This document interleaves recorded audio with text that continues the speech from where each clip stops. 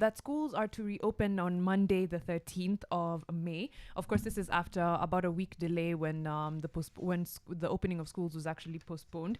The fact that some schools are probably still underwater, and that some learners may face transportation challenges following the destruction of many roads still is very present.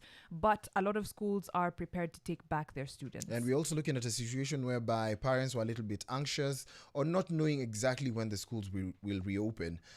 For some, it was more of a reprieve because they're not ready to actually make a commitment the previous Monday. There were rains and the floods coming through. Flash floods across the country meant that some schools were submerged in water, as Mariam has said. But of course, I am worried about one thing. Most recently, there's been an announcement about an outbreak. Yes, Yes, just yesterday we talked about it, cholera, and of course in some areas diarrhea is such a big issue. And for kids, you know how the level of interaction they have. They share a lot. Everything. They share everything. They hold hands when they're playing. Yep. Sometimes even they forget to wash their hands. Yeah. And it's not even just because they're kids. Even adults sometimes we forget the simple sanitary measures. Right. And I'm looking at a situation whereby, in as much as people are reporting in schools, just our pictorials on page 4 and 5 will confirm to you that some schools are completely submerged in water. Others with destroyed desks. Others with leaning walls. Some are even located in areas where we've seen destruction of roads.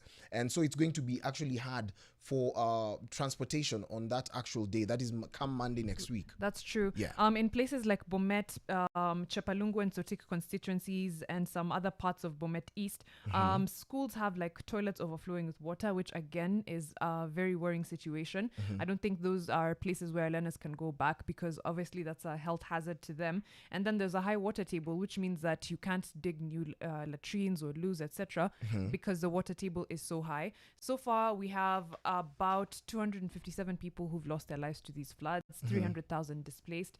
But now there's also the worry of what happens to the children when they go back to school, and specifically what happens to day scholars who may have a very difficult commute to school. Already we've seen children crossing bridges. I think there was a little girl on Eric Omundi's Instagram crossing what I cannot call a bridge. I think he later, built a bridge, but she was basically crossing a log, right? That was before. I think that's the name, yes. Yeah, that was before the floods, right? Before the floods, yes. Now you can imagine the situation all across the country in so many places as it is right now. Yeah, there's been a lot of silence about it, but of course the government has acted according to advice from the Met Department. Our president also said that, in his words, all parents are now advised, based on the assessment of weather experts and the government, that it is safe for our children to go back to school.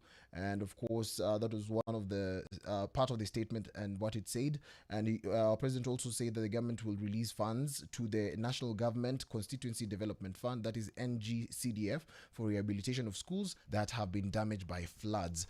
I hope that everything goes well. We're looking at a death toll that has gone up to 257,000. That's according to the spokesman Isaac Maura. 257. 257, but Yes. I'm looking at 290,000. Yeah, 98,000 displaced. Yes. And we say pole to every family affected directly or indirectly. It's not